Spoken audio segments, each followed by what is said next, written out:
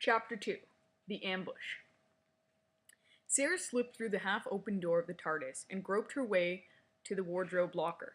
Working by touch, she began sorting out some clothes. Trousers, a heavy sweater, some comfortable walking shoes, and a nice warm jacket. Hurriedly, she started to change. The doctor went on examining the monolith, while behind him, black-robed shapes edged ever closer. Outside the TARDIS, Sarah looked fearfully around. The fog-shadowed dunes looked as sinister as ever, but now she felt better equipped to cope with its unknown dangers. You could hardly be expected to tackle some alien monstrosity when you were wearing a bathing suit. She looked for the glow of the doctor's lantern, but saw only blackness and swirling fog. "Doctor," she called. No reply. "Doctor! Are you there?" Still the silence. Nervously, Sarah began hurrying in the direction of the stone pillar. As she hurried off, a black-clad shape slipped from behind the TARDIS and stood poised, looking after her. It hovered as if about to attack, then turned, moving silently toward the still-open TARDIS door. Sarah was beginning to fear that she'd missed her way. There was no sign of the doctor. She couldn't even see the monolith. Hoping desperately that the doctor wasn't too far away, Sarah called, "Doctor? Doctor, I'm lost. Where are you?" Silence. She heard a faint scuttling around behind her and turned in alarm, but there was nothing to be seen, only the rolling sand dunes and the swirling fog. In sudden panic, Sarah started to run and blundered straight into something that grabbed her. She screamed and pulled away, but it was only a scrubby thorn bush that had caught on her jacket. Freeing herself, Sarah gazed around in panic and caught a sudden glimpse of a tall figure carrying an oil lamp. With a sob of relief, she ran up to it, then stopped in disappointment. It wasn't the doctor at all. It was the statue-like rock where she'd last seen him. The oil lamp was perched on a stone spur that stuck out like an arm. "Doctor!" she shouted. "Doctor, where are you?" There was no reply. She went up to the monolith and took down the lamp.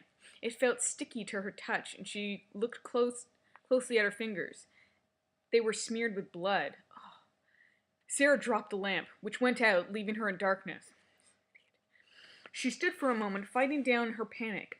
Should she go and look for the doctor? In this foggy darkness, she would be exposed and vulnerable to whatever enemy had attacked him.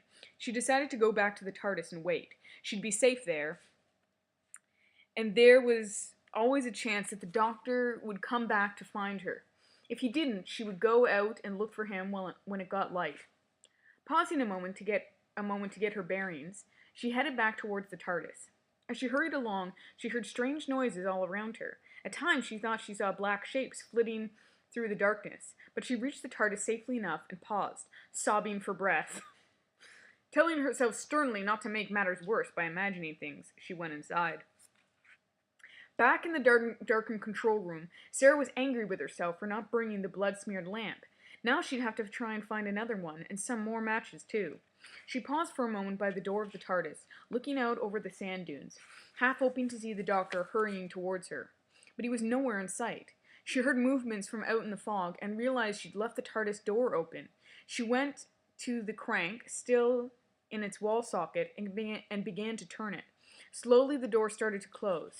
The crank was stiff, and it took all Sarah's strength to move it. Absorbed in her task, she didn't see the tall black shape that rose from its hiding place behind the control panel. A whisper of sudden movement caught her ear, and she turned to see a bat-like figure swooping down on her, eyes gleaming evilly beneath a monk-like hood. Her hand was still on the crank handle, and snatching it from its socket, she swung it in terror at their approaching shape. The iron handle thudded down on the black hood. The creature gave a shrill cry of pain and flopped to the ground. Oh, shit. Sarah turned to run, but thanks to her own efforts, the door was now closed again. Hurriedly, she rammed the handle back in its socket and started winding it the other way. As she turned the handle she kept a wary eye on the creature on the floor. To her horror, she saw that it was stirring. She wound the handle faster and faster. Soon the door was open, wide enough to get through.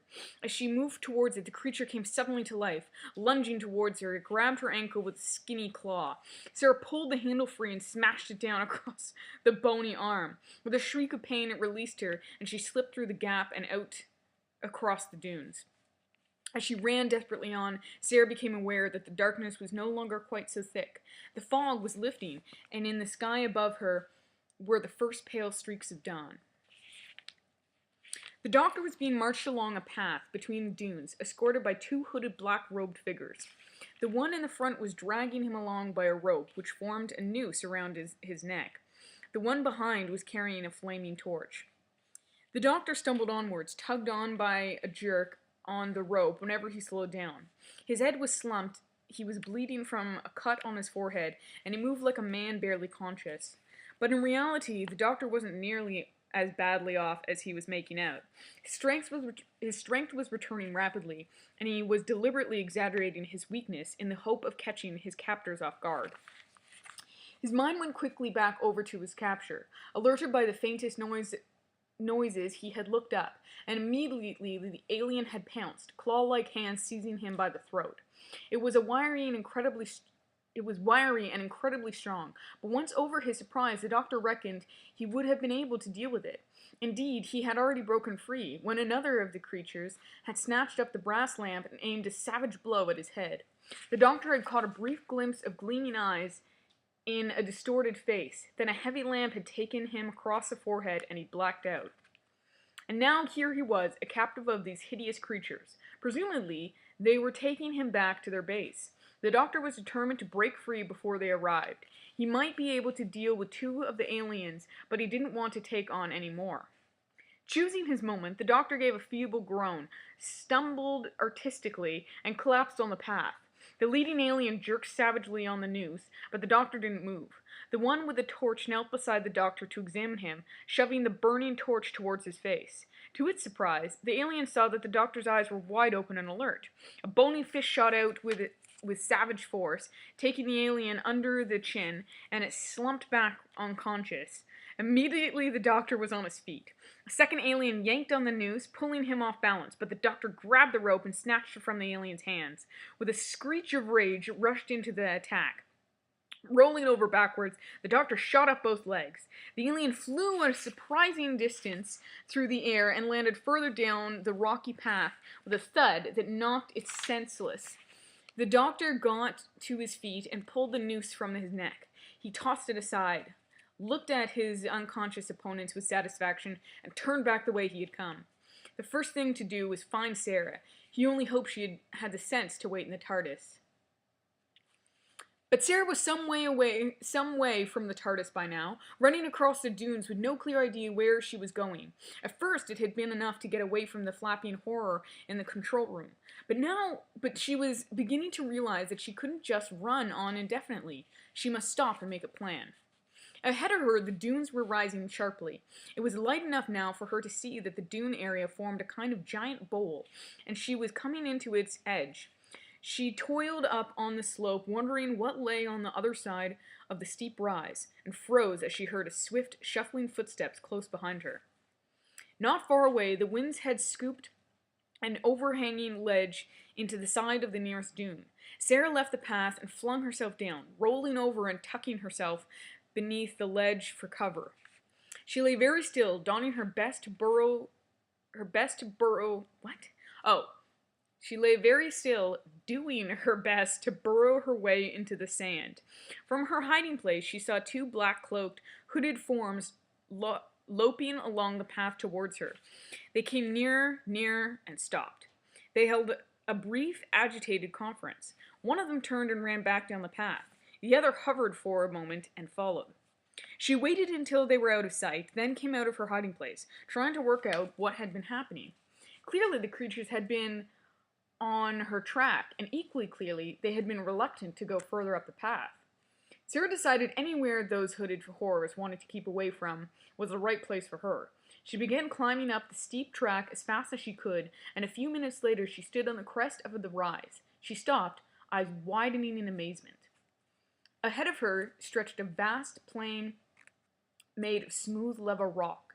It was as though someone had sliced off the top of a mountain with a giant cleaver. In the center of this plateau was a city. It was made of white, gleaming marble-like stone, and its tower stretched upward to the dark clouds that floated across the gray morning sky. The design was ultra-modern. This book was made in 1978, so just imagine that. The design was ultra-modern, all smooth level surfaces and squared off, geometrically regular shapes, with something of a towering majesty of the Aztec temples of Earth. Adjoining the city was an enormous tower, and at the top of this tower was a beacon. It pulsed in a steady, regular rhythm like some colossal lighthouse. For some time, Sarah stood there, gazing in awe. There was a civilization on this planet after all. Perhaps the creature that had attacked her was merely one of the barbarians of this world, one of the savages who skulk outside the city without daring to approach. Only an advanced, ultra-civilized race could build a place such as this. Surely they would help her rescue the Doctor, help to repair the TARDIS, and send them on their way. Full of renewed hope, Sarah set off towards the city. The Doctor, meanwhile, was trying to find his way back to the TARDIS. Unfortunately, the dunes looked much alike, and he had no idea how far, or indeed in what direction, his captors had dragged him while he was semi-conscious. Now he too had come to the edge of the dunes, to the area of wild, broken country strewn with huge boulders, the lower slopes of the range of mountains that fringed on the area. For a moment, the Doctor considered turning back. He certainly hadn't come this way before. But if he did, then he risked losing himself again. He decided to climb higher and get a general view of the area. With luck, he might even be able to spot the TARDIS. He started to climb the rocky path ahead of him. The path rose steeply, and soon it was enclosed in high rock walls that wound across the face of the mountain. The Doctor marched determinedly on. If he could scale that spur just ahead and look back the way he'd come. Suddenly he found that he had stopped, and was staring cautiously about him. It was as if his subconscious mind had spotted some danger and was trying to warn him. He studied the path ahead. There was no sound, no movement. Everything was normal. He took a few cautious paces forward, then stopped again. Stretching across the path, concealed under some loose brushwood, there was a rope. It was obviously designed to trip anyone coming along the path.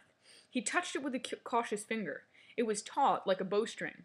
The ends disappeared into the shrubs on either side of the path. The Doctor looked thoughtfully at the rope and backed away. He picked up a football-sized rock and lobbed it hard along the path. As the rock hit the rope, there was a grinding sound from the hillside above, and a huge boulder smashed down onto the path, at exactly the point where a passerby would have been standing when his foot touched the rope. The boulder rolled across the path and disappeared down the mountainside. Crude but effective, thought the Doctor, as the rumbling died away. He wondered what other traps were waiting for him, and suddenly someone jumped him from behind. At first the Doctor assumed that his black-cloaked enemies had caught up with him. Then he saw that the arm across his throat was clad in silvery-gray plastic-type material, and the knife that was stabbing towards his chest was made from a single piece of metal, a spaceman's knife. Interesting as this was, there were more urgent problems. The Doctor dug his chin into his chest to counter the strong stranglehold, grabbed his attacker's knife wrist with both hands, swept a leg around his attacker's ankle, and threw himself backwards. He crashed to the ground, his assailant beneath him. But the shock of the fall broke the Doctor's grip. The attacker rolled away, sprang to his feet, and came into the attack, knife held low. As the knife flashed towards the Doctor, sorry, I lost my place. As the knife flashed forward, the Doctor grabbed desperately for the knife wrist and caught it yet again. But the Doctor was still in an awkward crouch. His opponent was poised and determined and very strong. He loomed over the Doctor, blocking out the light. The knife came closer and closer to the Doctor's throat. And thus ends Chapter 2. Chapter 3 is called Expedition from Earth, and that's for next time.